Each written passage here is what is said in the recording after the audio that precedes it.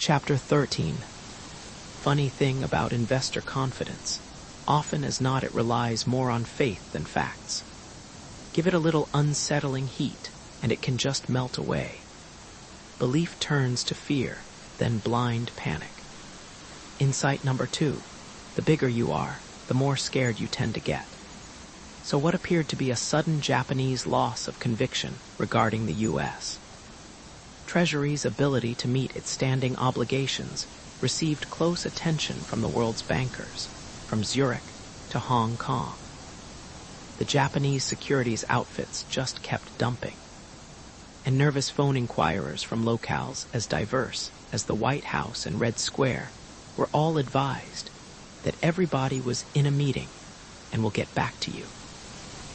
As a natural consequence, the world's major financial players succumbed to a terminal case of nerves.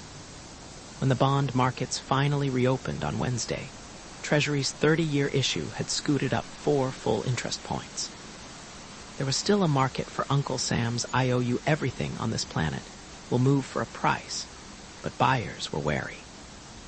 They wanted their newly perceived risk sweetened considerably. Predictably, rates on corporate and municipal bonds did a similar tango north, leaving America's conservative investors wondering what hit them. In fact, a lot of scheduled corporate debt offerings were scuttled to await more settled times and lower rates. The dollar also stayed on the critical list. Everybody was worried the U.S. Treasury might just rev up the printing presses to produce enough greenbacks to pay off all the foreigners who wanted their money back. Since Paul "Tight Money" Volcker, who probably would have thrown his robust torso onto the ink to prevent that from happening, was now gone, there was nobody at the Fed with a real commitment to holding back the flood. And the stock market. People weren't starting to call this Black November for nothing. A lot of players feared that the higher rates would hobble the economy, a perfect excuse to head for the exits while the getting was good. As Henderson liked to observe, psychology is a fundamental too. The next day the Dow sank another 200 points. The day after that 100 more. Where had those sellers been 2 days before? The 4th and 5th days it slowed, heaved an audible sigh of exhaustion, and sort of peered up out of the bunker to see if the bombing runs had let up. The downward pressure was still evident, but it was finally losing some of its steam. Yours truly did a lot of thinking as the week wore on, while the country appeared to wobble on the brink of unprecedented disaster. I also conferred now and then with Jack O'Donnell, and with Henderson in between their appearances on TV chat shows. Although Bill's bearish reading of the nation's estate had been vindicated well beyond what even he had envisioned, I can report he took small pleasure in his newfound celebrity. He was increasingly miserable over his own missed opportunities in the financial casino. Jack, for his part, had gained a profound appreciation of the helplessness of government to intervene when fear and greed seized the marketplace. My personal ruminations on the situation turned out to be too Machiavellian for anybody to entertain seriously. Question: if you wanted to pull all your money out of the U.S., is this how you do it? Answer: no way. Instead, you'd go about it gradually, a little at a time, in order not to stampede the markets and cause exactly what was happening now. Ergo, I concluded, this isn't real. Noda just wants every investor in the world to assume there's a Japanese pullout underway. But why the grandstand play? Sure, he'd made a pile, but he didn't seem like a guy who had to sweat his mortgage payments. Nor did this kind of market manipulation require a building in Midtown Manhattan and a computer setup to rival NORAD headquarters. Something more had to be coming, and the only thing I could think of was that Noda's something had a lot to do with my profession. This was not a welcome piece of prognostication to loose upon the world. Since the financial markets already had plenty of problems on their plate, there wasn't all that much interest in speculating about the next course. Consequently, Nobody made the slightest attempt to man the ramparts for what was ahead. Our financial battleship had been stopped dead in the water, and its engines disabled. But nobody was even bothering to prime the guns. This couldn't be an all-out attack. Right. Wrong. The stage was now set for Noda's real move. The following Saturday, I was summoned to Dai Nippon's Midtown Fortress, where I watched my crazy theory become reality. Before anybody in our shell-shocked financial centers had time to digest what had happened, Matsuo Noda his Dai Nippon 800-year funds, underwritten through a syndicate of Japanese banks and insurance companies led by the Dai-Ikai Credit Corporation Limited of Tokyo, hit the beach.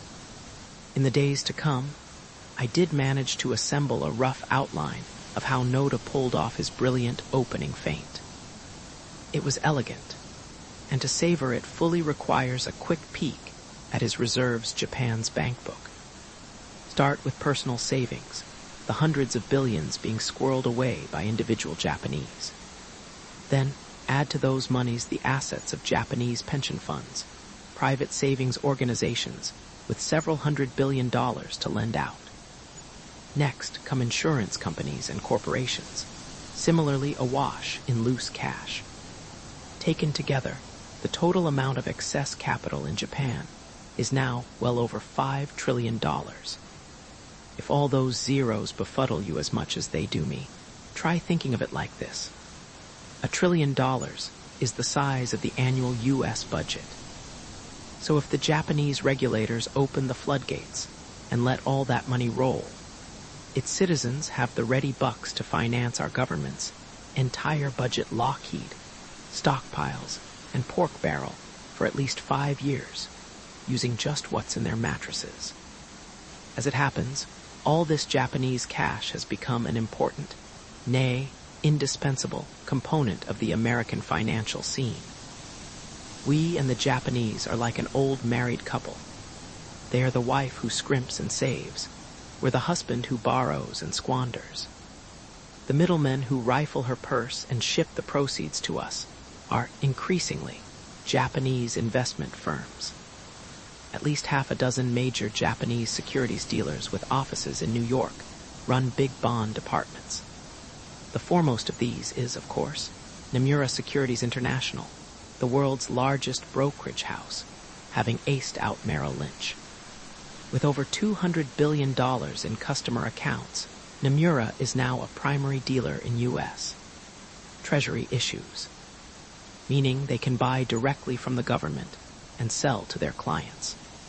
And since treasuries pay several interest points better in return than Japan's miserly savings accounts, their customers back home think they're getting a terrific deal.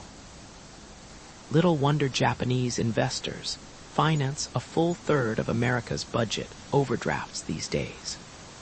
Another major player is Daiwa Securities America, which also underwrites federal paper on its own.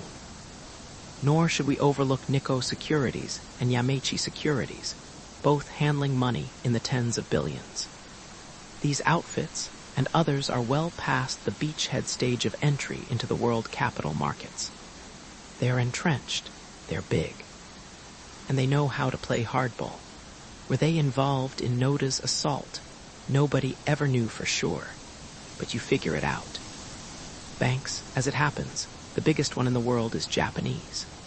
The Dai-Ikai Kangyo Bank, Limited, of Tokyo has unceremoniously reduced Citicorp to second banana.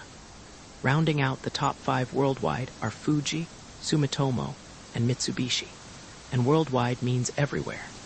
Japan controls 10% of the U.S. banking business, a quarter of all British banking.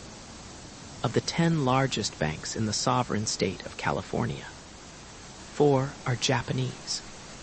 Japan, in brief, has become banker to the world, with more ready money than anybody else. And it also has a battalion of financial samurai who know the game.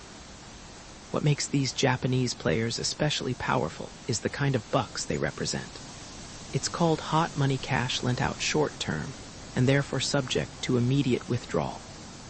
Instead of tying up their overseas bankroll for years, They stick to offshore investments that can be called in tomorrow.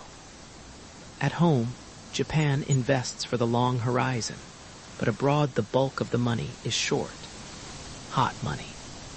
Since foreign investors normally pick up well over half of a given treasury refunding, the paralysis when Japan began recalling its hot money, thereby spooking buyers worldwide, was as predictable as the sunrise. Matsuo Noda didn't have to be a Rhodes Scholar to realize how much mileage there'd be in a big Japanese sell-off program, and a no comment from his dealers. Here's how he orchestrated the details. Apparently it had all been very Japanese, very consensus. A few phone calls, then a lot of meetings over green tea. Later on, some late nights with sake. Noda, thanks to his new clout, had been in the driver's seat from the start. The money managers in Tokyo were all feeling the heat over demands by investors that they participate in the multiple 800-year funds he'd floated, all across Japan.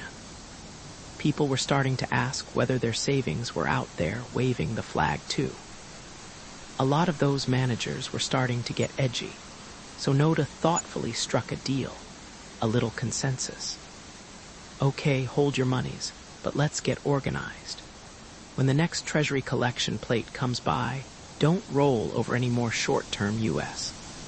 T-bills and don't take a piece of the next sale of long bonds. In fact, that's the day you begin to divest.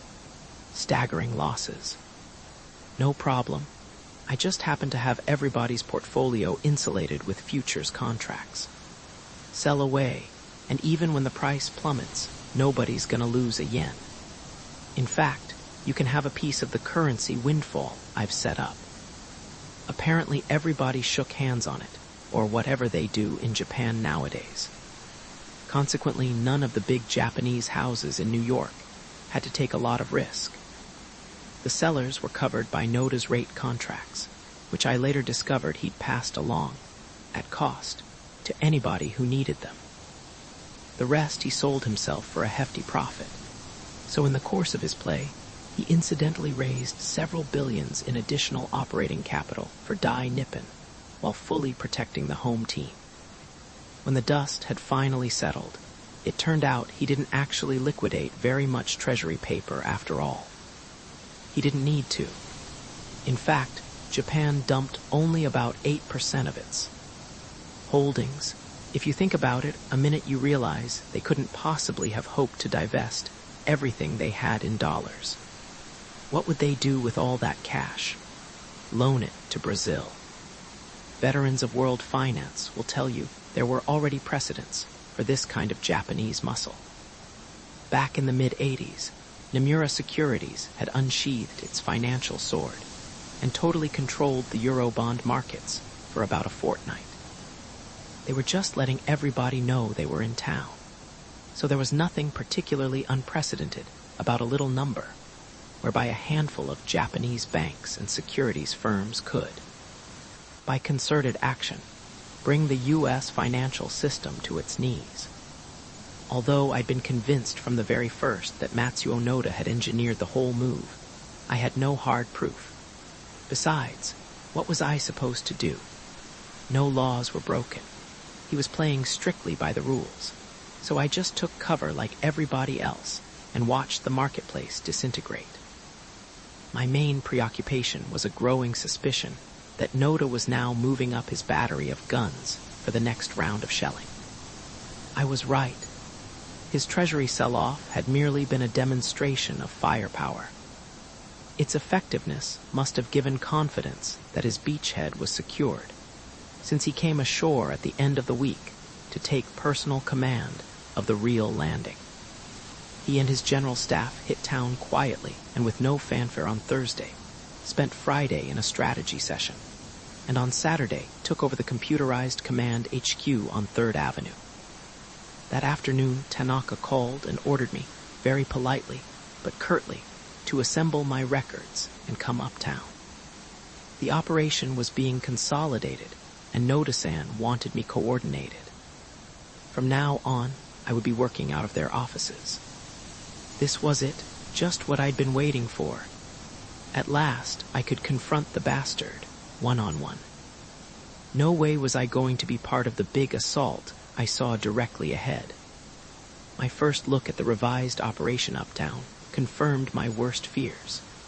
The technical analysts had been replaced by a new set of troops, money men. Open collars were gone, supplanted by a lot of business school types wearing thin black ties. Tanaka's office had been moved off to the side. The corner office now belonged to Dai Nippon's 4-star commanding general, Matsuo Noda. After I'd cleared security, that's where I was led. "Mr. Walton, how good to see you again." He looked up from a printout, his silver hair perfectly groomed. "I do hope today is convenient for you. This is going to be brief." I ignored the chair he rose to adjust for me. "I'm only here to advise you that my participation is officially terminated as of this moment. I'll be sending you a final invoice next week. You can find yourself another attorney. But your work has scarcely begun." He appeared to be mildly puzzled, as though I'd just made a small misstatement about the weather or some such. "We expect your participation to be crucial." "Surely you're joking." I was turning to leave. "Mr. Walton." He shifted the printout around and shoved it across the desk. "Contrary to what you may presume, we are here to help this country. You might wish to look over our program for the near term." "This I've got to see." I came back and studied it for a few seconds, then stared back at him. "Impossible." I finally realized he was serious. "Whatever you're thinking, I'll tell you right now you don't have a chance. These outfits have lawyers, hundreds of them." "Ah, but that's why you are on our staff. This is your specialty," he smiled. "Remember the Book of 5 Rings by the swordsman Miyamoto Musashi? In it, he describes the 3 kinds of attack. There is the Ken no Sen, where you move first and catch your opponent unprepared. Next is the Tai no Sen, whereby your initial move occurs a split second after your opponent's. And finally, there is the Teidai no Sen, in which you and he attack at the same instant. What has happened up until today might be likened to the Ken no Sen. We have made sure that nothing was anticipated. Very soon, however, we will have to move to the Tai no Sen, responding with lightning speed to the moves of those who would thwart us. Miyamoto Musashi declared correctly that if you are attacked with force, you must counterattack with even greater force and thereby upset momentarily your opponent's rhythm. That moment can mean victory, but only if you are totally prepared." He leaned back. "We must be totally prepared." "Why in hell would I want to help you? I guess you didn't hear me. I've just resigned." I turned for the door. "Besides, nobody could pull off what you're planning. You're going to have battalions of attorneys moving against you." "I expect that." He stopped smiling. "But that area is your responsibility now, Mr. Walton. A good swordsman does not think, he acts intuitively. And if I refuse, you cannot possibly. Try me. Only you can handle this, Mr. Walton. Betray us, and you may well witness the disappearance of America as an industrial nation. The time is now or never." That zinger gave me pause. He meant it. But before I had a chance to tell him he was completely crazy, he went on to sketch out what he claimed was his objective. How he planned to address the American crisis and resolve it. Let me tell you my first impression of Matsuo Noda's scenario. It was legal. It was legit. And it was as Joanna's teenage niece used to describe notable phenomena, totally fucking awesome. What's more, he wanted me to stay on as tail gunner. The truth. I felt the disorientation of a kid who'd been fooling around in the soapbox derby, suddenly being handed a slot in the Indianapolis 500. The most astonishing part of all was, I had the feeling he just might pull it off. "You're right. I should have said no, not on your life. This is way out of my league. Never in a million years." Instead, I said I'd think about it. "Good," he said. "Why didn't I stick around till Monday and get a feeling for the operation?" I didn't shake his hand.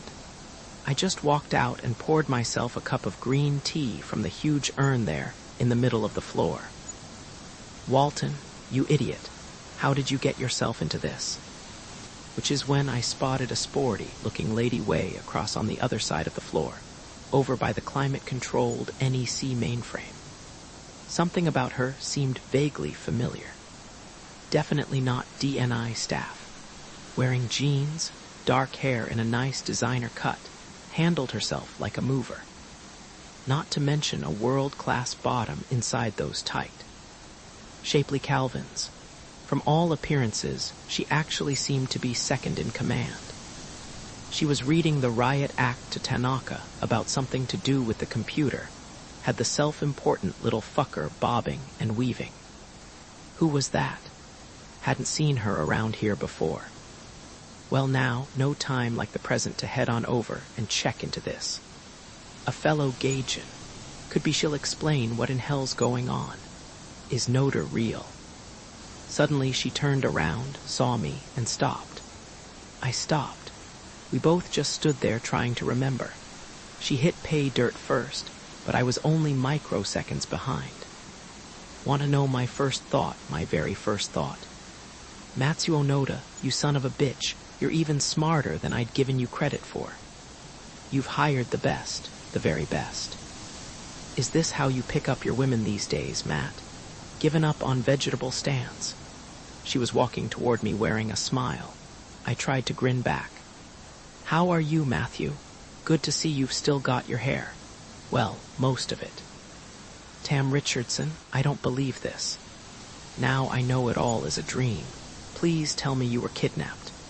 None of this is really happening, right? It's just a very big, very bad dream. We'll all wake up tomorrow and go to the beach. Welcome aboard, partner. She stuck out her hand. It's going to be a wild trip. No kidding. I looked her over as I took her hand. Nice and warm. Time had treated her well, very well. How long have you known Noda? Less than a month.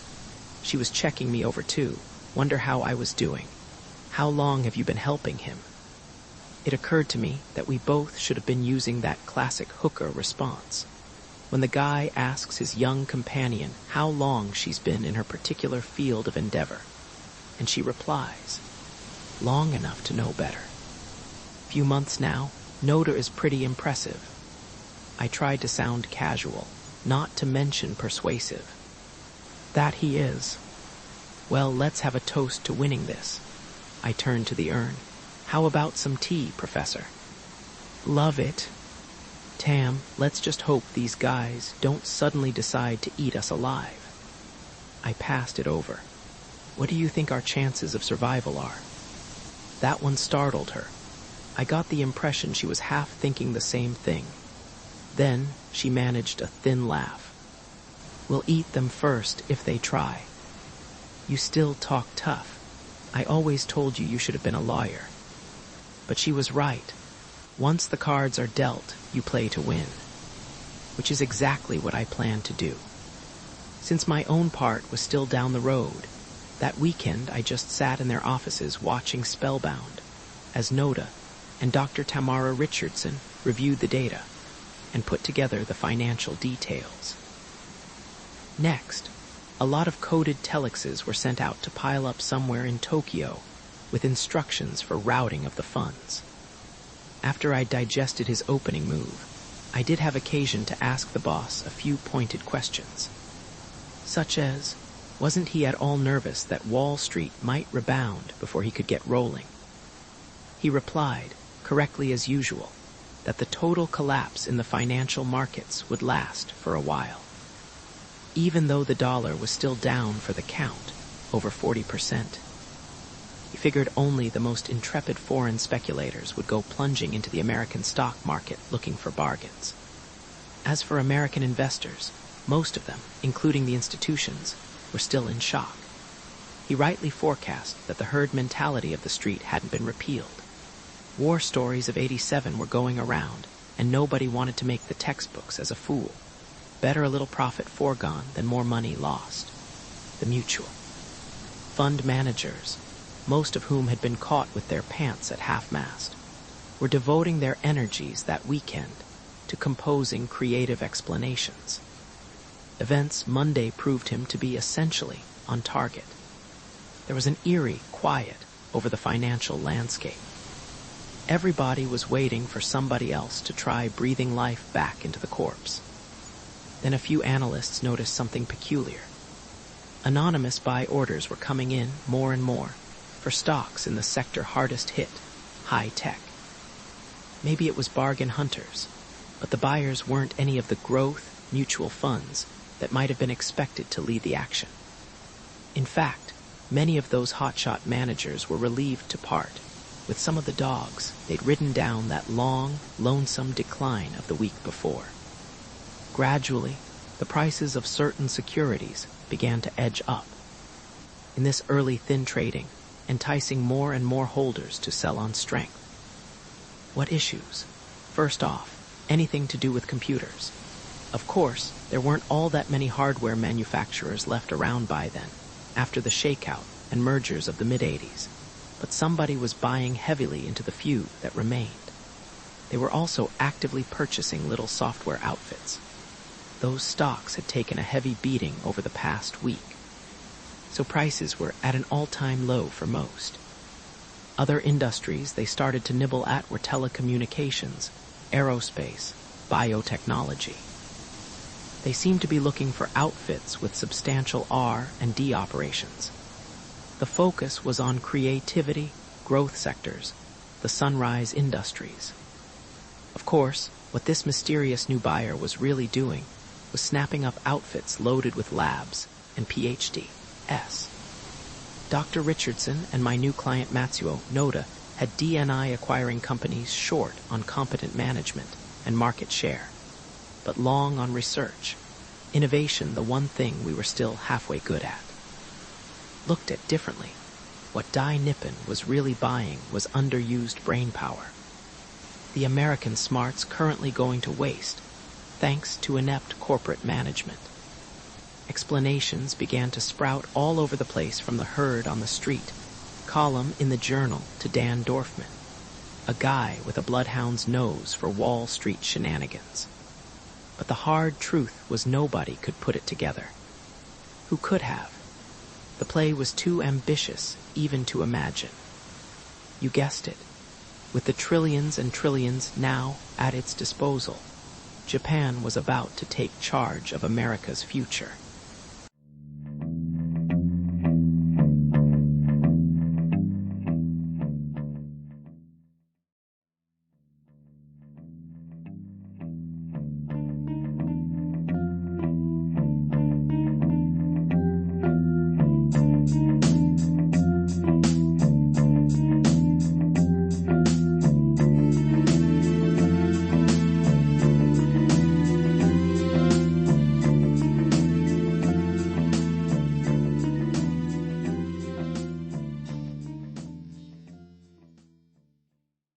Chapter 14.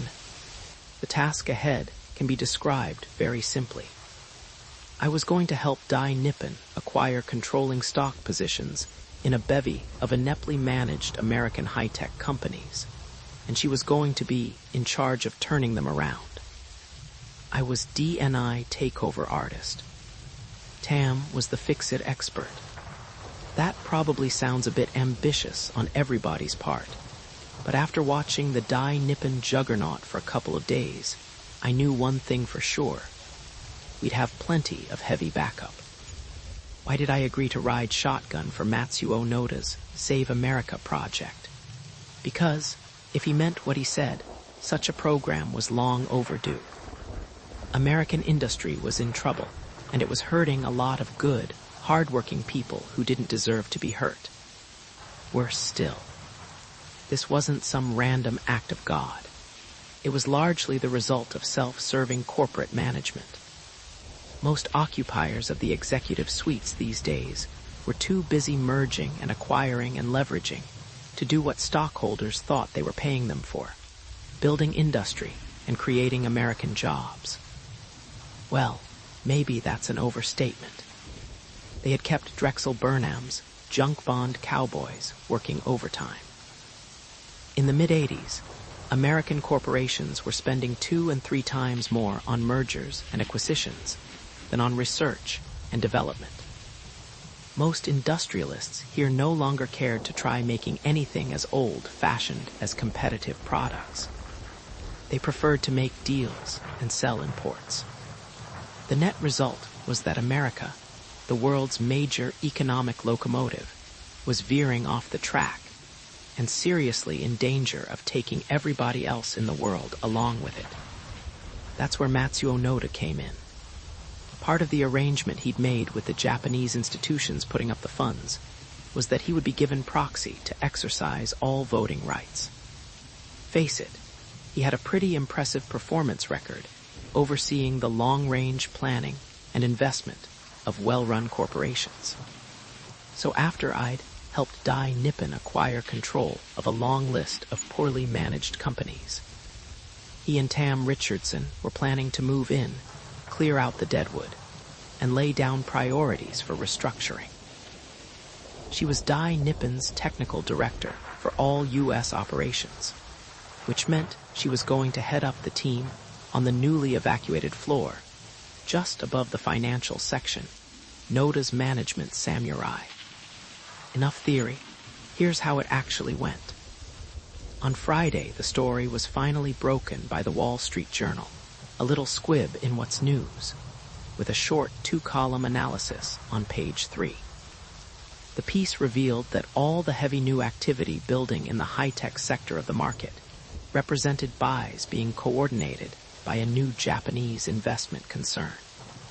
This sudden, unexpected program of foreign investment was heralded at first as a salubrious omen, refuting those doomsayers who were claiming the world had lost confidence in the U.S. In fact, if anything, it was proof that overseas enthusiasm was actually increasing. Japan's previous practice of focusing on debt instruments was at best passive investment, but buying heavily into a sector of the economy that appeared weak was something else. Entirely, it was a rousing endorsement of America's prospects. To be fair, there was still a modest case to be made in that direction. Our high-tech sector wasn't all struggling high flyers operating out of some one-story cinder block on Route 128 or the Washington Beltway. America had plenty of solid industry in high-tech computers, aerospace, office machinery, and American laboratories and universities were the envy of the world. The problem lay with the downside. We'd lost our lead in electronics, drugs, scientific instruments, plastics, communications equipment. It's a long list. In fact, America's overall trade balance in high-tech products had actually gone negative, shrunk from a $25 billion surplus as recently as 1980. The ignored question, therefore, given the direction things were headed, why were the Japanese suddenly supposed to be so impressed? The market's initial euphoria didn't last long, however. By the end of the second week, the SEC was sniffing the air, and the lunch talk downtown, from the Amex traders at Harry's to the expense account crowd at historic France's Tavern, was focused on what appeared to be a major shift in Japan's investment strategy. Now that the stock market was in shambles, they weren't just dabbling anymore. They were cashing in on the fire sale hand over fist. Thus the street's early cheering melted into apprehension. Japan had already taken apart our debt and currency markets, turned them upside down, and scored a bundle. Now, Noda had Wall Street looking over its shoulder and reminiscing about the good old days when all it had to worry about was rich. Crazy Arabs. When it became clear that Dai Nippon was assaulting the U.S. securities markets with high-speed computers and a checkbook that just kept coming, there weren't all that many wisecracks about camels and tents. Wall Street, however, merely counts. It doesn't think. The real disquiet was reserved for corporate boardrooms. Take it as a given that when the Securities and Exchange Commission reports some 10, 20, or 30% of your company's stock has just been swallowed by a cash-rich Japanese raider, your attention can focus most exquisitely. In a word, Matsuo Noda was the talk of industrial America. More to the point. And exactly what he had expected, the boards and CEO of the companies being bought were beginning to be scared shitless. A major player with seemingly bottomless pockets was gobbling up heavy blocks of their publicly traded shares. Worse still, nobody had the slightest inkling why. What all those entrenched CEO didn't realize, in their wildest paranoia, was that seven-figure salaries and cushy executive perks were about to go the way of Cadillac tail fins. World competition, not executive compensation, would be the new game. Playtime was over. America was about to get serious again. My early suspicions concerning my role in Noda's design had been precisely on the mark. I was indeed the freelance gunslinger he wanted by his side, when the companies he was aiming at started to shoot back, which they surely would. Needless to say, if his plan was ever allowed to reach the courts, it would create a virtual living trust for half the corporate lawyers in the land. He'd be in litigation through the 21st century as managements fought to the last stockholder's dollar to keep their jobs. Enter Matt Walton. Time for some samurai-style legal swordsmanship. The rules: if you're CEO of a company and somebody starts buying up a major chunk of your stock with the intent of taking you over, you've got roughly 4 basic ways to stop him. The first is to try and bribe that buyer to go away, paying him a ransom politely called greenmail to sell his holdings and disappear. More than one corporate raider you've read about in the papers has made millions in a couple of weeks using that very play. The drawbacks of trying to buy off a potential acquirer are: 1, it's expensive, and 2, maybe he really does plan to eat you, in which case it won't work anyway. Matsuo Noda was in that category. A second popular means to thwart a hostile takeover is to go out and find somebody else to buy you first, the proverbial white knight.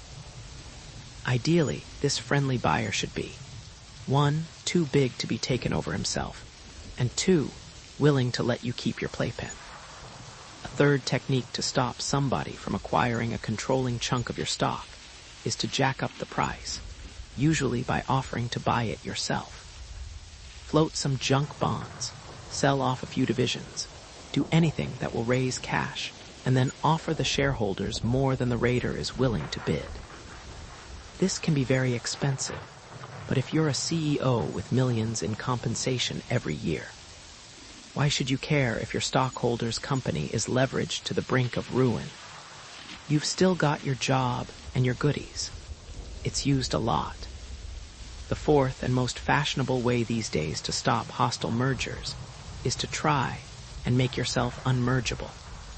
To do that, you get your board of directors to vote a poison pill.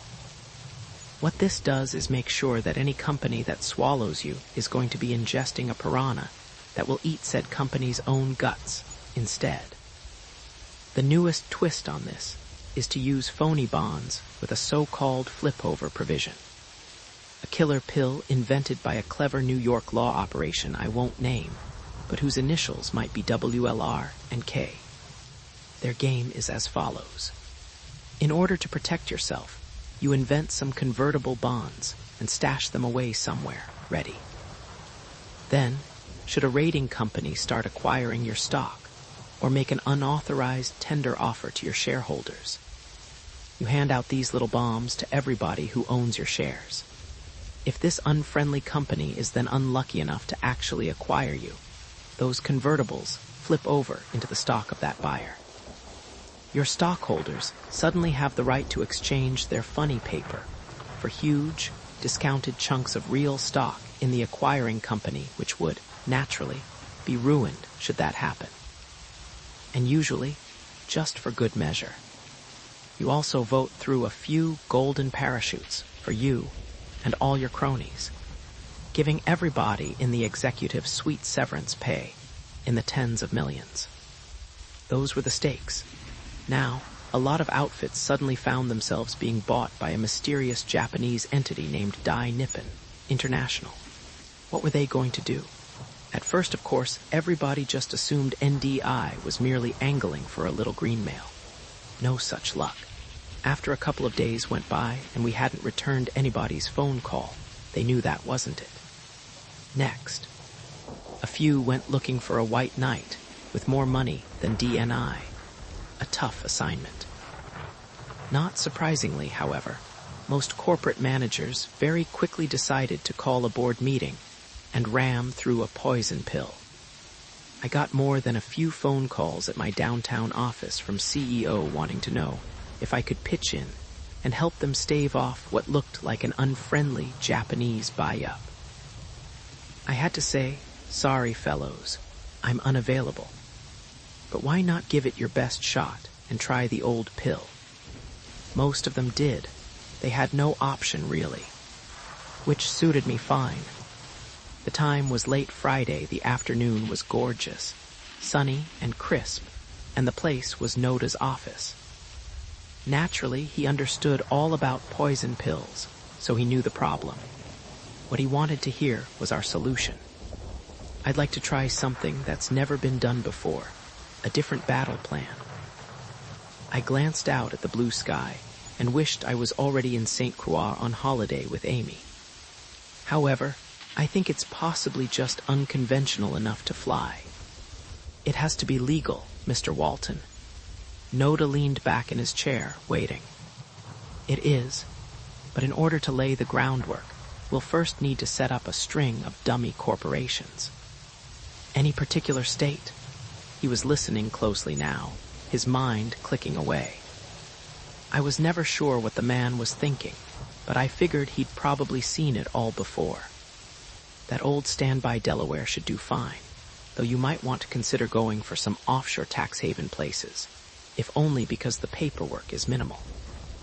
In the Caribbean, I'd recommend the Turks and Caicos Islands, maybe the Cayman Islands. Then there's Bermuda, or the Bahamas, or the Channel Islands. If you really want to get esoteric, why not Vanuatu used to be the New Hebrides in the South Pacific? I'm familiar with world geography, Mr. Walton. He was deadpan, a joke. Fair enough. These dummy corporations, of course, will have no assets. I understand. He smiled and ran his fingers through his silver hair, doubtless already miles ahead of me. Absolutely no problem. Please proceed. While those corporations are being set up, you continue buying stock in whatever companies you need to control, making sure in all cases that you acquire just enough to deliberately trigger their poison pill mechanism. We force them to issue their flip-over bonds. They can't stop the process, since it's always set up to be automatic after a certain percentage of stock has been acquired. Not even the boards of directors can revoke it. Yes, Mr. Walton, I'm aware of that. He didn't seem the slightest bit ruffled by my unorthodox opener. Well, let me elaborate. The reason we want to trigger their poison pill first is so that nobody can later come in as a white knight and save them. They're totally isolated. They'll have made themselves into sitting ducks. Very good, he leaned back. Was he really that far ahead of me? While that's happening, you sell the stock acquired thus far to one of the dummy outfits we've set up, in return for debt paper, which puts DNL at arm's length and untouchable. After that, you lend that dummy corporation the rest of the millions or billions necessary to acquire a controlling interest in the company, taking back as collateral more junk bonds at absurdly usurious rates. That makes it a financial leper, but you don't care. You're merely lending yourself the money. This paper corporation is all that can be touched when the acquired company's poison bonds flip over. So instead of being convertible into the stock of some cash-rich corporation, the way they were intended, those flip bonds are going to give their holders a piece of some offshore phone booth with zero assets and enough debt to choke a horse. They're worthless paper, and you're in the clear. He smiled. which means our program can proceed on schedule. Dai Nippon will be totally insulated from their poison pills, like the guy who sells his house and boat to his company, and then lets it file Chapter 11 bankruptcy in order to protect his personal assets from creditors. Nobody can lay a glove on you. Mr. Walton, he leaned back, a twinkle in his dark eyes. That's exactly why I knew you were right for us. You have an intuitive grasp of tactics. If you do this, there are going to be a lot of unhappy, unemployed lawyers in this town. Most regrettable. Some of them might even have to go out and find productive work. He rose and shook my hand. You've destroyed the prospect of years of legal roadblocks in a single stroke. It's elegant. It was. Sun Tzu and Miyamoto Musashi would definitely have approved, but there still had to be more. An unexpected opening is not enough in itself. It needs an equally deft follow-up. Bushido, the way of the sword, teaches that you should first surprise your antagonist, and then you must confound him. Both the initial attack and the carry-through are crucial to success. Among other things, that meant Noda's mechanism for calling a board meeting of the companies he'd be acquiring had to be instantaneous, without the usual niceties. This setup should do the job, but only if it's used with finesse. Otherwise, the whole system gets buried in paperwork. What do you mean? You have to be fast and flexible. Once you've taken ownership of a company, you've got to gain immediate control over its board of directors in order to block any and all countermoves. I understand. Do you? I'm talking about the ability to call an executive session out of the blue.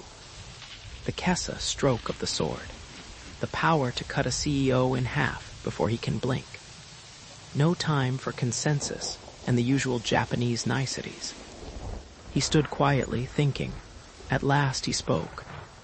In other words, I must be able to convene the board at a moment's notice. Is that the essence of what you are saying? Nothing else is going to work. Very well. After we have a commanding stock position, we can institute the necessary changes. Good. Remember, though, that's still merely half the battle.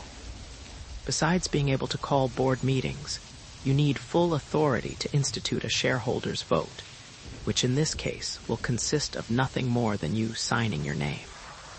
Perfectly reasonable. It is, but it also means you've got to be available to me at all times. Can I rely on that? He turned and strolled to the window, pensively. That may not always be possible. Then you've got a potential problem. He revolved back and studied me a second, finally taking the bait. There is, of course, one very simple solution. I can merely assign you power of attorney, allowing you to act in my name if I cannot be reached.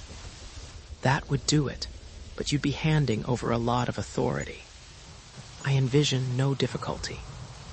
He looked me over with the self-assurance of a tiger contemplating a haunch of beef.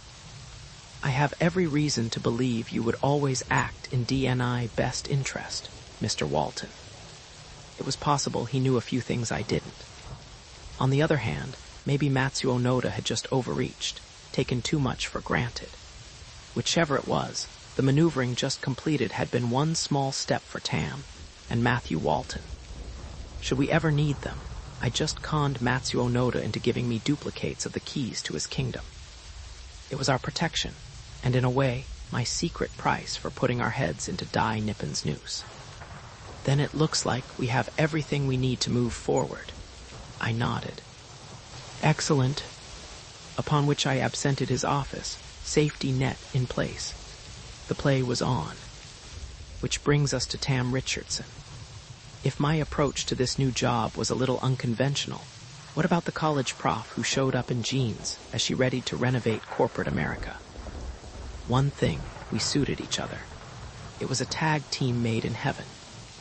After I'd pried open the door to the company's DNI was buying, she was going to roll in, guns blazing, and shove everybody against the wall. Let me add one important distinction, however. Whereas I may have been wary, even slightly skeptical, Tam was definitely the idealist. She was, by God, going to get this country moving again. America was once more going to lead, she declared, not follow. No defensive Fortress America claptrap. Hers would be nothing less than a full-scale assault, intended to win back and keep a solid manufacturing base here, toe-to-toe with the world. Since no overall American program existed to rescue industries, now being killed by foreign competition, she was going to do it herself, create a coordinated battle plan for our strategic sectors. Backed by Noda's Japanese billions, she was about to try and redeem this country's future, leading us back to number one. She also was quick to add she had no intention of merely copying Japan's famous management techniques. Japanese industry. She insisted hadn't invented long-term planning, sound capital investment, dedication. What they did over there these days was what the U.S. used to do. The American work ethic was alive and well. It was just temporarily on the wrong side of the globe. She was about to bring it home again. Maybe she could. One major impediment, at least, would be out of the way. Since the company's Dai Nippon was taking over, would no longer have to answer to a lot of fickle fund managers every 3 months. They could start investing for the longer term. Also, a lot of unnecessary fat was going to be sliced out of upper management. If things went as planned, Dr. Tamara Richardson and Dai Nippon were about to become the ruthless architects of a new corporate America. Unless, well, there seemed no reason not to take things at face value, at least for now. D&I new industrial management section on the 12th floor had already begun filling up with young Tokyo University graduates, guys who embodied the work ethic in human guise. They meant business. Nobody was sipping coffee and critiquing last night's rerun of Dynasty. I got the definite impression one of the unsmiling whiz kids in Noda's hand-picked cotter could chew up about 5 American MBA for breakfast. Tam currently had them working overtime, putting together a reorganization plan for an outfit in Boston, one of their new acquisitions, which I guess I'd better just call XYZ. The previous week, Dai Nippon had purchased some 24% of its stock, presently at a historic low, and she was planning to make the company her showcase turnaround. Stock in hand, she'd buckled down with her new staff, and using D&I analytical machinery, confirmed some alarming suspicions. It turned out XYZ was practically a terminal case, living at the moment off its real estate assets, which were being systematically dribbled away to mask heavy losses. Layoffs would be next. By Thursday of the second week, however, she'd put together a restructuring, including some painful austerity that might just salvage the company and its American jobs. She went home that night feeling quite proud of herself, and Friday she flew up to Boston for her first official conference with Zeiss's chief executive officer. Since a quarter of a company's shares gives the holder reasonably high recognition, the CEO was understandably nervous about who exactly had acquired a fourth of his company inside of a week and a half. He appeared at Logan with his Rolls limo to receive Dr. Richardson personally. She explained right off that she was there merely to pass along a few of D&I recommendations.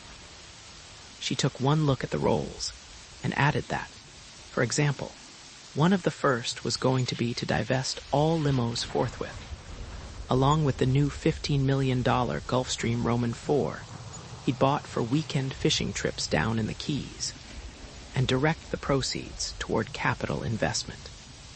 From there on, things progressed pretty much as might be expected. By the time they reached his paneled office, she had been obliged to explain that his options were either 1, to get in line, or 2, to watch D&I pick up another 30% of his company's OTC shares, then march him and his golden parachute past a stockholders' vote they would call to review his career options. After that, she had claimed to his unalloyed attention. It was a tough Friday. After she flew back late, she dropped by the office to pick up a few things and fill me in on how it went. "Good, you're still here." She popped her head around my office door. "Who won, the Christians or the Lions?" "Want to hear about it?" She came on in and dropped her briefcase on the desk. "Wouldn't miss it for the world. Matt, you should have seen the look on that man's face." She clicked open the case and pulled out the action plan she'd developed for XYZ. She was exhausted, but still wired. The CEO forget its shareholders who own the companies and pay their salaries. They start thinking they're Little Caesars. Hey, those are the kinds of operators who used to be my clients. Believe me, I know the type. She then proceeded to give me the rundown. Outfit XYZ specialized in high-tech widgets it sold in the US, Latin America, and Europe. Problem: their widgets cost too much, broke down more than they should, and consequently folks didn't tend to buy them the way they once did. As a result, XYZ had dropped about 5 million last quarter, and unbeknownst to its workers, was currently on the verge of closing 2 of its 3 US plants, and exporting the assembly operation someplace where it could exploit $2 labor, a move that would tank just over 1,000 American jobs. Management says, gee, that's tragic, and awards itself another year-end financial tribute. Dr. Richardson had just dropped a bomb in the playpen. First off, she told them, Zeiss's damned widgets cost too much not because American workers are overpaid, but because its assembly plants were a candidate for the Smithsonian. Therefore, starting immediately, short-term profits as well as dividends and all management compensation would be slashed, and the resulting capital, together with a new offering of long-term corporate equities, would be invested in automating its facilities and retraining workers. There would, in fact, only be workers in future, since all freeloading middle managers, attorneys, and drones with titles such as administrative assistant were to be terminated. She gave them a list. Henceforth, she went on, management would begin planning 10 years ahead, not 3 months. XYZ would concern itself with world competition then, not now, and it would develop a substantially more diversified product line to cushion slumps. As part of that shift, it would double the budget for R&D immediately and expand the lab. Innovation would once again be brought to the product stage fast and adapted quickly to world markets. Zeiss's new focus would be on making its market share grow in the decade ahead, which also meant cracking down on quality and having the current customer-be-damned response time on deliveries and service. Concerning those last items, product managers would now be required to address customers' complaints personally.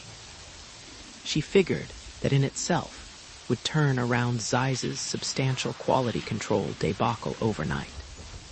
Finally, there would be an immediate crash program to rectify Zeiss's costly illusion that English was the worldwide language of business. These days, she explained, the language of business is the one your customer speaks. Accordingly, all Zeiss's overseas operatives would be required to enroll in intensive language training now, including formal study of the history and social customs of their territory. Sounds like you let him have it with both barrels. Keep on like this, and the US of A may never be the same. That's the idea. 1 company down and about 3,000 to go. What's that saying about a journey of miles, and miles starting with the first step? Well, she'd taken the step. The future lay ahead. Hey, can I buy you a drink? I was winding up the day, the week. You've earned it. Like nothing better. She was repacking her briefcase. Matt, I'm having the time of my life. All the things I've always wanted to do. This is like a fantasy come true. We're going to pull this off. Wait and see. Could be. I was switching off the lights in my office. Tell you something though, doctor. I keep wondering what will happen when Noda gets through with us. Thoughts, she glanced back. Well, after Japan takes over half the companies in this country and starts running them right, then what? We were headed for the security doors. But maybe we ought to talk about that some other time. And place. I'll think about it tomorrow. Just now I'm bushed. Tomorrow, in case you've lost count, is Saturday. Don't know about you, but I'm taking the day off. The hell with Japanese business hours. My daughter comes this weekend. We were saluted by heavies in the security airlock. Then the doors opened. Matter of fact, we're going to eat somewhere down in Soho tonight. Care to join us? Be warned it'll be mostly soy byproducts and brown rice. I'd love to meet her. She looked at me. Matthew Walton with a daughter, my God, she laughed. Sorry, Matt, but you really don't seem the father type. Amy's mother said approximately the same thing as she was packing her bags. But I'm now undergoing intensive, on-the-job father training. Fact is, I'd planned to knock off around Christmas and take her down to our place in the islands, though now I'm not sure there'll be time. Sounds very fatherly. You should go.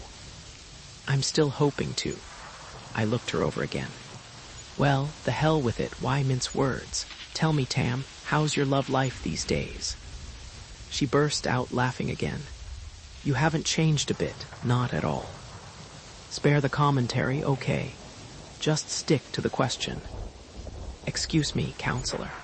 The honest answer is it's non-existent, which you surely must know, since I'm here every night till midnight, just as you are.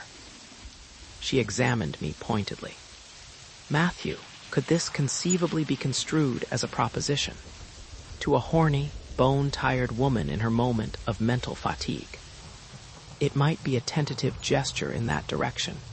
I'm a slow mover. You always were, she finished buttoning her coat. What time's dinner? I'll pick up Amy and buzz you. Give us an hour. Think she'll like me. Some stranger competing for Dad's attention. If she does, it'll be a first. I pushed the down button on the elevator. Guess what? Matthew Walton barely got a word in edgewise the entire night. Then around 11, in the cab headed home, Amy whispered to me she thought Dr. Richardson was kinda neat. Was she gonna be my new girlfriend? Tell you, it's not always simple learning to be a father.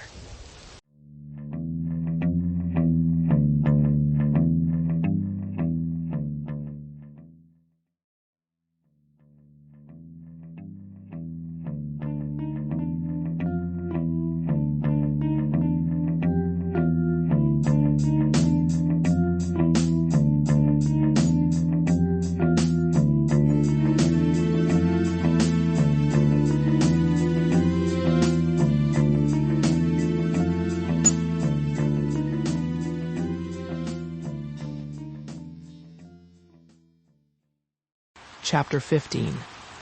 Over the next couple of weeks, I began to wonder if the scenario wasn't going a little too smoothly. Everything about Noda's setup seemed surprisingly pat. The answers came too easily. Was it all really what it seemed? I should also add that in the fortnight since Tarn's first contact with America's shell-shocked industrialists, the situation had not gone unnoticed in Washington.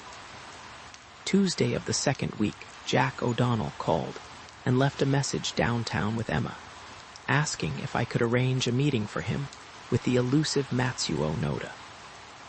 Although I tried to keep Jack informed as to developments, he still wanted to confront America's new age maker face to face. Walton, he said when I got back to him, I just heard your guy's too busy to meet the press, but maybe he'd chat with a close, long-time friend of his American attorney. That's me, in case you don't recognize the description. Why not try and get me in to see him? You're dreaming, Jack. I told him that a U.S. senator was about the last person Matsuo Noda would be interested in meeting just now. Don't hold your breath, but I'll bring it up and see what he says. And what do you know? Noda declared that nothing would please him more.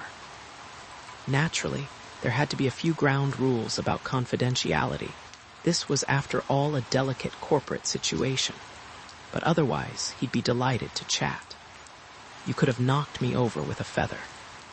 Thus, around 2 p.m.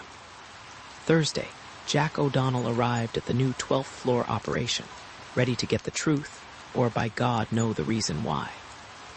After he made his way past our usually outfitted reception, I brought him on through the floor and introduced him to Dr. Richardson. Jack knew of her writings and hit the ground running, asking who, why, when, where, etc. But before he could get any real answers, Noda appeared and took over. O'Donnell confided later that his first impression of Matsuo Noda matched perfectly my description of the man, every bit central casting's image of the in-charge Japanese honcho. After the usual routine pleasantries, Jack said he'd like to record their talk. Noda politely demurred, saying recording instruments stifled his spontaneity, then proceeded to laud Jack's own articles and speeches urging American industry to get its house in order. Senator Jack O'Donnell, he declared, was a visionary American statesman. Jack accepted this praise warily, then asked if he could maybe have a peek at the computer operation on the floor below, the analytical armory I'd told him about. Again, Noda begged off, claiming he'd be honored to guide the esteemed senator's tour personally. But surely, they'd both prefer to postpone that until such time as they had the leisure to review the operation in detail. Jack sensed, and I did too, that he was getting a polite runaround, so he decided to get down to business. He clicked open his briefcase and took out a notebook. "Mr. Noda," he began, "there's been considerable speculation in Washington this past couple of weeks regarding the specific intent of Japan's sudden heavy involvement in America's high-tech sector. My subcommittee has monitored foreign investment here for a number of years, and frankly, I've never seen anything remotely like what's now underway. I'd appreciate an informal briefing, unless you wish to open the regrettable possibility of a formal subpoena to appear before our subcommittee." Whereupon Jack received the first whoosh of what soon blossomed into a roomful of aerosol bullshit. Noda started with some malarkey about the great tradition of economic cooperation between our peoples, advanced to balderdash about Japan's desire to share her resources with the world's less fortunate, then outdid himself with triple distilled crapola about the timeless trust and regard his country's ordinary citizens cherished in their hearts for our Christian nation, which had merely torch-bombed and nuked them a few decades past. Worst of all, Jack had to sit there and listen. I've never seen the guy so uncomfortable. Clearly, Noda intended to give him pure take-me soothing generalities that added up to zip. The man was, by God, going to do exactly what he wanted, all of which was perfectly legal, so he didn't really see any point in drawing a picture for the U.S. Senate. Finally, Jack just closed his notebook. "Let me put this differently. I understand that your objectives are not merely acquisition, but also an attempt to rejuvenate U.S. business. Beginning, I take it, with the lackluster segments of our high-tech sector. We hope to offer suggestions from time to time that may prove helpful." Noda just sat there like a sphinx. "Perhaps I can offer an example. As you doubtless know, Senator, Japanese firms build plants overseas these days primarily to be more competitive in those foreign markets. You Americans, however, are moving your manufacturing abroad, now mainly to compete with foreign goods here at home in your own market. You appear to think it is comparable, but of course it is not. What you are doing is exporting your own jobs. Your strategy is defensive, ours is offensive." Jack looked him squarely in the eye. "Quite frankly, I must tell you that not everyone in Washington these days trusts Japan's offensive in international trade. I, for one, would be very interested in knowing exactly why Japan has chosen to invest billions of dollars in keeping America's manufacturing alive, particularly when so much of it is competitive with your own. Yes, Senator, I realize you Americans prize frankness. He wasn't giving an inch. Very well. Quite honestly, no one in Japan believes it is in the interest of the free world to allow your industrial base to continue its current decline. Our economic condition is linked to yours, like the vital organs of Siamese twins. We cannot afford to let you atrophy. For one thing, you are our only defense shield. Since we have none of our own, I might also add, though it is a comparatively lesser concern, you are Japan's primary customer. So what you're proposing, if you'll permit me to paraphrase, is to take certain of our strategic industries, the ones in trouble, by the neck, and institute the management, investment, and research necessary to keep them competitive. Noda just smiled. Dai Nippon expects to offer occasional advice in the spirit of friendly cooperation. Which is why, he went on, I am so happy to have this opportunity to review our program with someone such as yourself. Your understanding of America's industrial malaise has not gone unnoticed by those Japanese who take the longer view, who worry about world economic stability. Jack tugged at his silk tie and nodded his thanks. Then Noda continued, You will be pleased to know I have been in contact with the Japanese trade organizations that have political action committees, or PACs, as you call them, in Washington. Last year, we distributed over $50 million, at least if you believe the Senate Foreign Relations Committee's staffers, in an effort to clarify misunderstandings about Japan's trade and investment position here. He smiled. That averages out to about $1 million per state, to take a somewhat clinical view. Of course, I will try to use my influence to see what our PACs can do to help you next fall. Mr. Noda, your expression of support is, naturally, appreciated. Jack was turning politician again.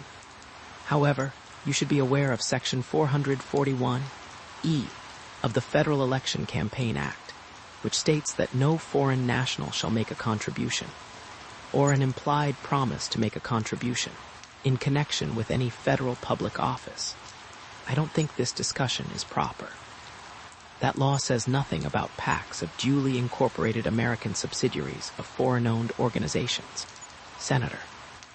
For example, Sony of America and a coalition of Japanese investors recently contributed hundreds of thousands to legislators of Florida and California to encourage the defeat of those states' unfair unitary taxes on foreign-owned companies. Sometimes it's necessary to remind your federal and state governments that Japanese investment can be very problematical in an uncongenial environment. He smiled. Americans investing overseas have a long history of making their interests known to those governments. Why should Japanese businessmen be expected to do otherwise? All of a sudden, Noda glanced at his watch, rose abruptly, and bowed. Well, the afternoon seems to have gotten away from us. I wish you to know I am extremely honored you've taken time from your undoubtedly busy schedule to visit with us, Senator. It has been most pleasant. He shook hands with Jack as he continued. Of course, I have not yet had the opportunity to review the thinking of the man expected to oppose you in next fall's Senate contest. I believe he is Representative Mark Reynolds, is he not? Jack's polite smile sort of froze on his face. But I'm sure I will, Noda proceeded blandly. Again, let me stress that voices such as yours are important. There are so few opinion makers in America, individuals such as Dr. Richardson and yourself, who have the receptivity to appreciate the importance of Dai Nippon's program and its objectives. I quickly offered to show the distinguished senator to the door, hoping I wouldn't need that Christmas gift dog muzzle. He was still closing his briefcase as we passed the guards, A couple of guys who looked like the heavies in an old Bruce Lee karate epic. Click. We were on the elevator, click. We were headed down. Good Christ, he exploded. Before he could say anything else, I waved for silence. Around here, the walls probably had ears. Shortly thereafter, I discovered I'd underestimated even that. In minutes, we were on 3rd Avenue, autumn wind in our hair, with O'Donnell positively awestruck by Matsuo Noda's balls. Matt, did I hear what I thought I did? His eyes were grim. That he's got X million bucks that say you get retired if you fuck with him. My reading was, I play ball with him and his crowd, and he'll write a blank check for my campaign next year. I cross him, and I'll be watching the Mark Reynolds show every night on prime time right through Election Day. He was livid. Matt, take my advice and get out of this thing. That bastard thinks this country's for sale. If he expects me to run interference for him on the Hill while he gears up for World War III, he's making a big mistake. Jack, I can't quit now. Who else is going to keep an eye on this guy? Besides, he'd never let me. I know too much. So what?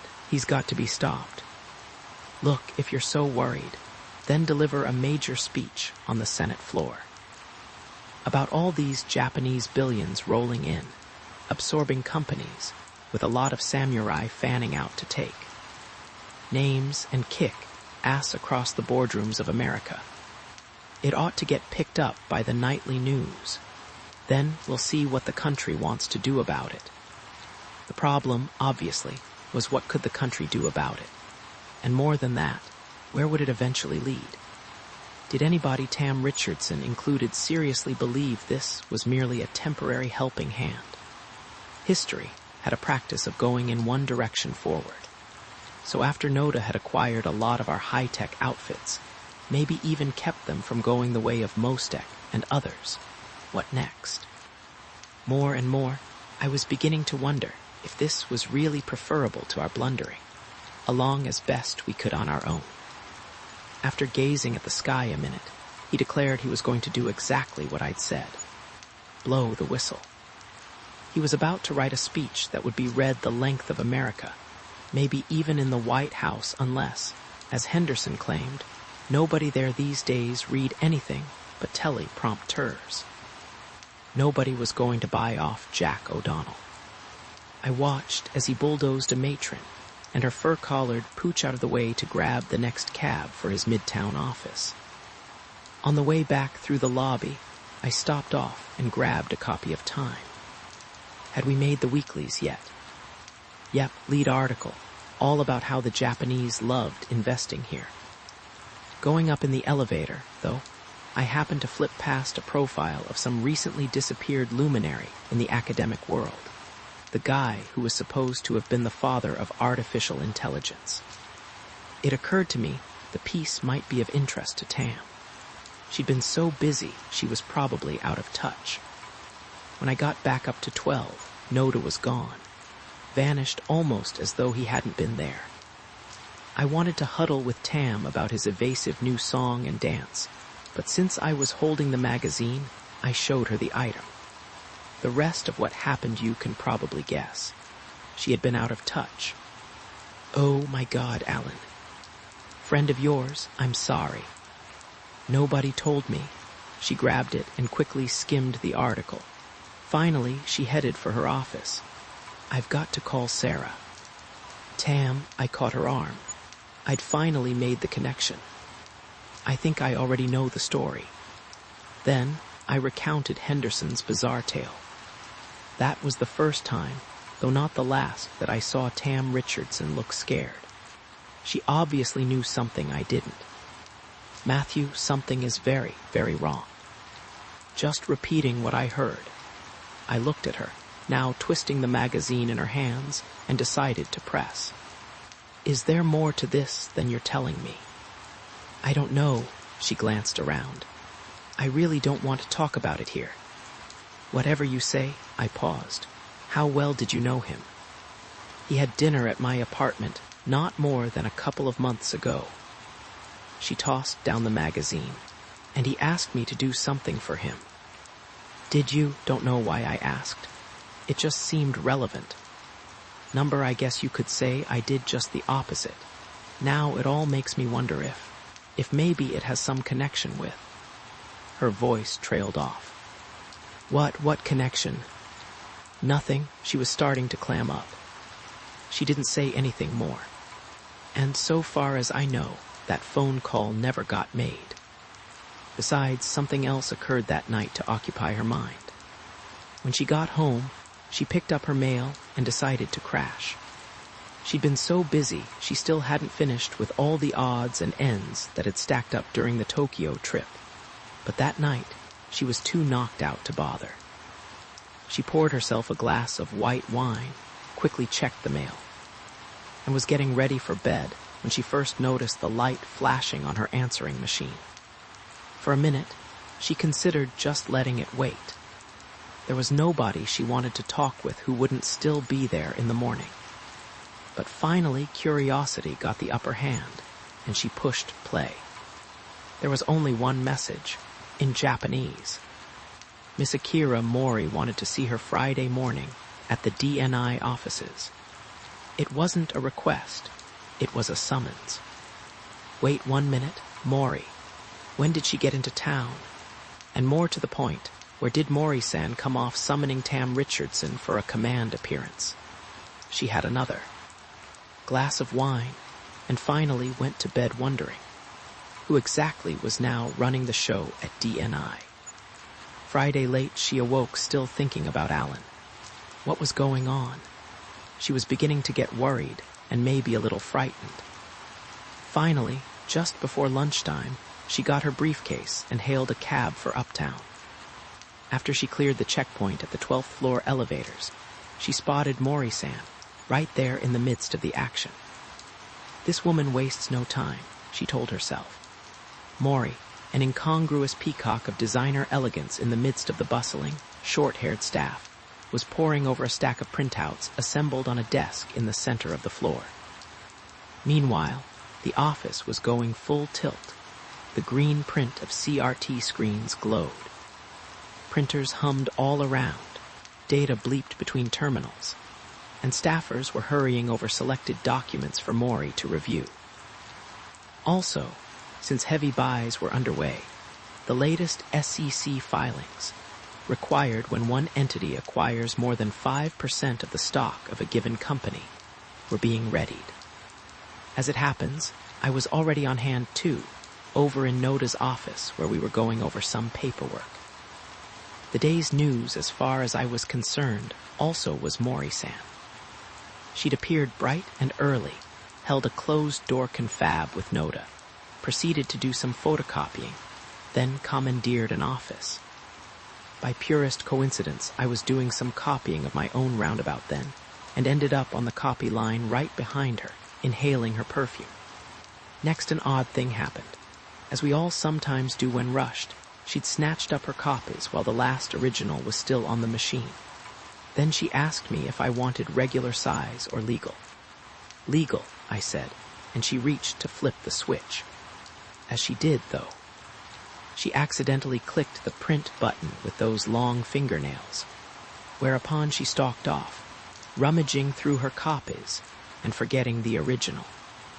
Not for long. 2 seconds later, she was back to claim it, but by that time, an unauthorized copy was lying in the output bin. I didn't even see it.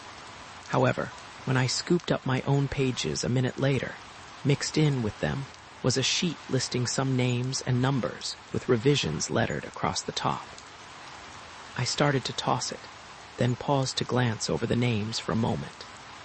Hang on, everybody, this is very out of line. That's when I decided to slip it into my briefcase.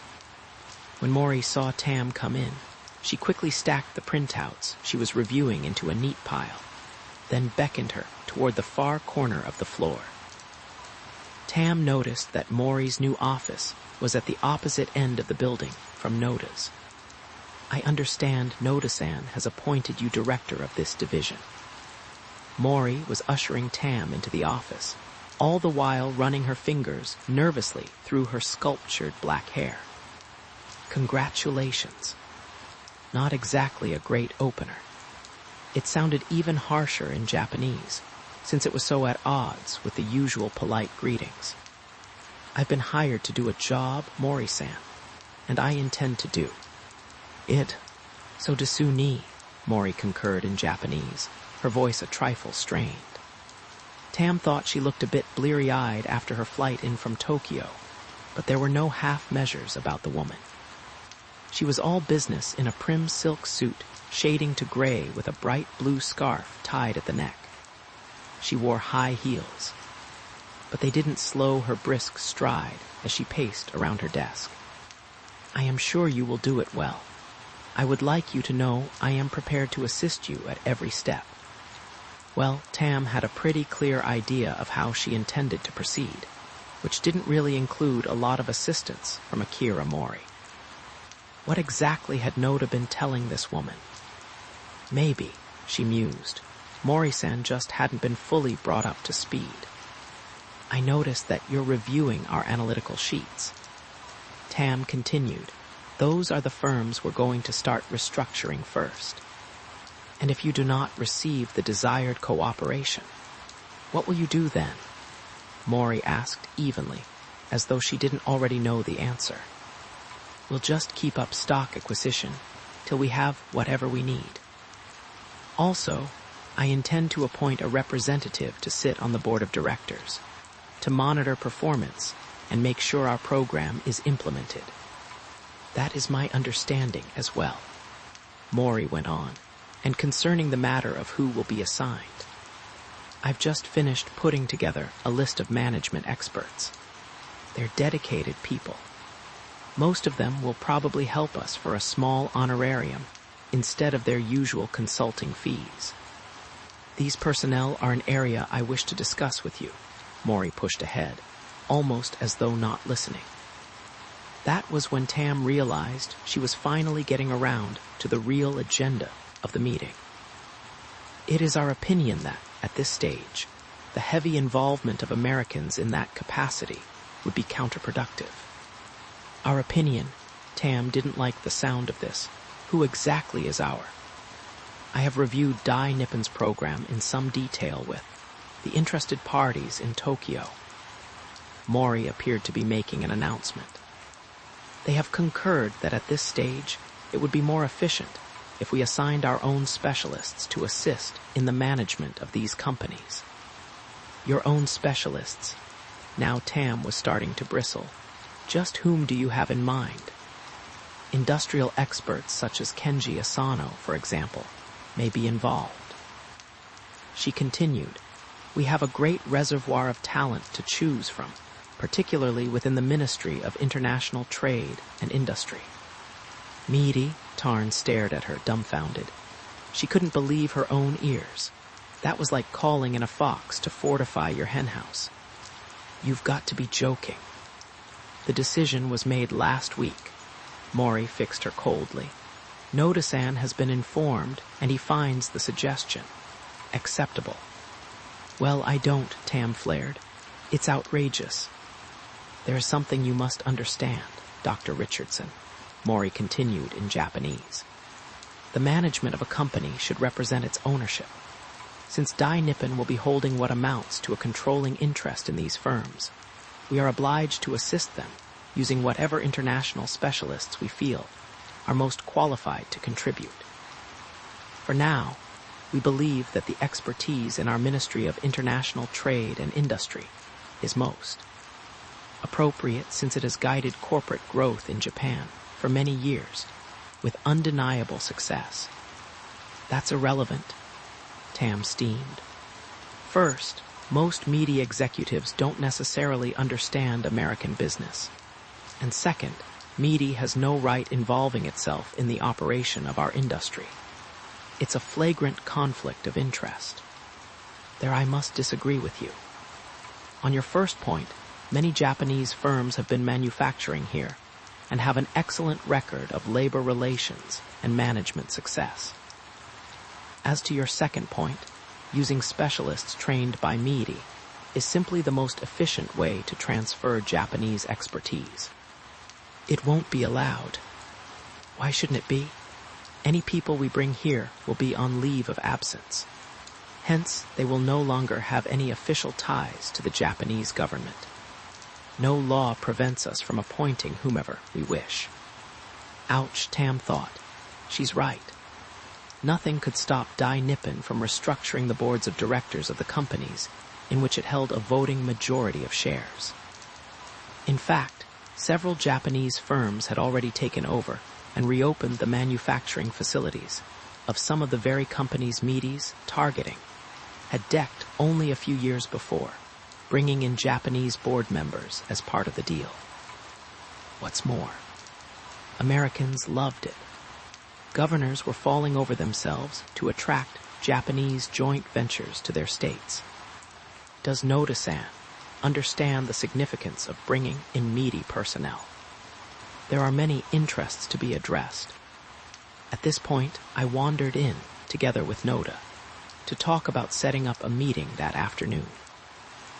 We'd been reviewing D&I plans for a new program of real estate investment and construction, part of expanding the research or manufacturing facilities of the firms it was now in the process of absorbing. I passed a pleasantry with Tam, then studied her, puzzled. You look a little distressed this morning. I'm receiving an update on a change in our program.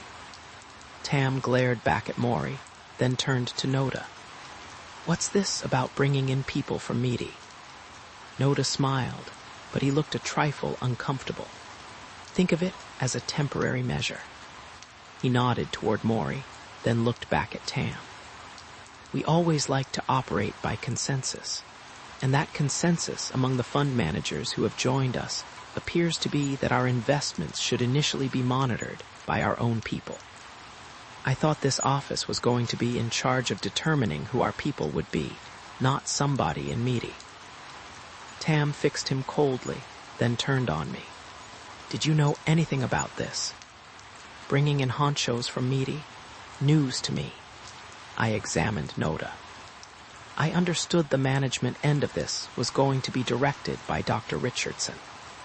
He was smiling again. But it will be. She will continue to meet with the CEO of the firms we intend to assist to provide our preliminary analysis of their operations, and she will be with us every step we take. It hardly sounds that way. Tam was boiling. The way it looks now, I set up a reorganization plan, then Meade's people come in and take over. Merely for consultation, Dr. Richardson, I assure you. He glanced uncomfortably at Mori-san. Both Tam and I had the same hunch at that point. Noda's backers had started to get a little edgy about his investments, so they decided to send in some brass from the Delta Force to keep an eye on things. But you'd never have suspected that as he continued. Dr. Richardson, surely you must be aware that Meade personnel are not in the habit of, as you phrase it, taking over. At most, Meade merely recommends policies to enhance competitiveness. Furthermore, the individuals we will engage will no longer be associated with Meade. They will merely be specialists in our hire. Their participation will be extremely beneficial, please believe me. If making decisions like this is your idea of consensus, then I don't think much of it. Tam was getting increasingly wound up. And I'll tell you something else. I intend to review the government connections of anyone you bring in. I'm going to have final say. We all want to work together, Noda continued smoothly. Our plans are continuing to evolve. Of course, I will insist on full American-Japanese coordination and cooperation at every stage. He looked squarely at Tam. You have my word. She glanced over at me, trying her best to keep cool. I was toying with my papers, still posing as a neutral observer, but I was equally puzzled. Why would Japan's Ministry of International Trade and Industry let its people be used to assist American companies? Okay, Meade's elite technocrats were probably the cream of Japan's management talent, but they already had their hands full. More to the point, given Meade's sorry history of rule bending and economic guerrilla warfare, Why would it now cooperate in Dai Nippon's plan to restructure the high-tech segment of U.S. manufacturing? I asked Noda point-blank. Mr. Walton, if you choose to see Japan and the U.S. as competitors, then I suppose you could regard this as our ancient tradition of giving salt to the enemy. He smiled awkwardly. Bullshit, that's what I thought, not what I said, which was nothing. Tam, in the meantime, had her own question to chew on. Mori had mentioned Ken Asano. Was he involved too? Since Mori had specifically named him as being on the meaty team that she or somebody now planned to enlist, was this a tip-off that Ken was in with them up to his neck? Was this the trust he talked about? Since Tam looked as if she was getting ready to resign on the spot, I figured a little cooling off time for everybody might be in order. Dr. Richardson, if we're about through here, could you help me a minute? I thumbed toward the open door. Tanaka wants you to approve the final setup for the partitions. I quickly discovered I was wrong about the idea she would quit. As we worked our way past the computer terminals and stacks of printouts, retreating toward the center of the floor, she declared war. Meaty or Mori or whoever's behind this is going to have a fight on their hands. We don't need them involved. Hate to be the bearer of bad news, but I think we're being kept in the dark about a lot of what's cooking. I kept my voice low, scarcely above a whisper, as the Japanese staff milled in and out. There's a sheet of paper in my briefcase that I'd like to go over with you. Yet another example of the curious new developments around this place. She poured herself a cup of green tea from the large urn stationed in the middle of the floor. What do you mean? We'll talk about it later. I poured some tea for myself. I think something's gone haywire. That startled her, and she began to tune in. Things are pretty haywire now. This may be even worse. I came across something a while ago that doesn't add up. I looked at her. I think we ought to talk about it. Now, not here, how about tonight? Can't. There's a damned faculty dinner I have to attend. Then tomorrow night. Where? What would you say to my place downtown? I think you live right around the corner from me. This has to be strictly business, Matt. Guaranteed. I raised my palm. Well, I've got a lot of work. Shall we make it for 7? I was handing her my card, address and number thereon. The cocktail hour. She was still glaring at Maury's office as she absently took it. Well, all right, she glanced back. 7. See you there. Jack O'Donnell's speech, to be delivered to the Senate that Tuesday, sort of slipped to the back of my mind. Maybe it shouldn't have. After getting back to his office that afternoon, he dictated about 3 versions before he had it the way he wanted it. Friday morning, he messengered a copy down to my office, and I can tell you it was a beauty. He'd got it all, and he'd got it right. Later Friday, however, he received a phone call from Matsuo Noda. After the usual preliminaries, saying how much he'd enjoyed their meeting, Mr. Noda confided he was calling as a personal favor to the senator, since they'd hit it off so well the previous day. Turns out he'd just been talking to the CEO of various Japanese outfits scheduled to set up manufacturing operations in some of the Rust Belt mill towns in upstate New York. Here was the distressing development. Seems they were all of a sudden taking another look at sunny Tennessee. The problem was, they were upset by the anti-Japanese tone. A lot of New York publications were taking these days Japan bashing in the Times editorial pages. Things like that. Noda, however, felt all this was very short-sighted of those Japanese investors. And he wondered if Senator O'Donnell would like him to put in a word for the Empire State. Pause. He hated to mention this, but people were even talking of closing certain Japanese-operated factories already in place, such as that big one in Elmira, Jack's hometown, and moving them south. But he thought threats such as that were very impolite, and he was hoping he could find time to straighten the whole thing out. Like I said, it would have been a hell of a speech,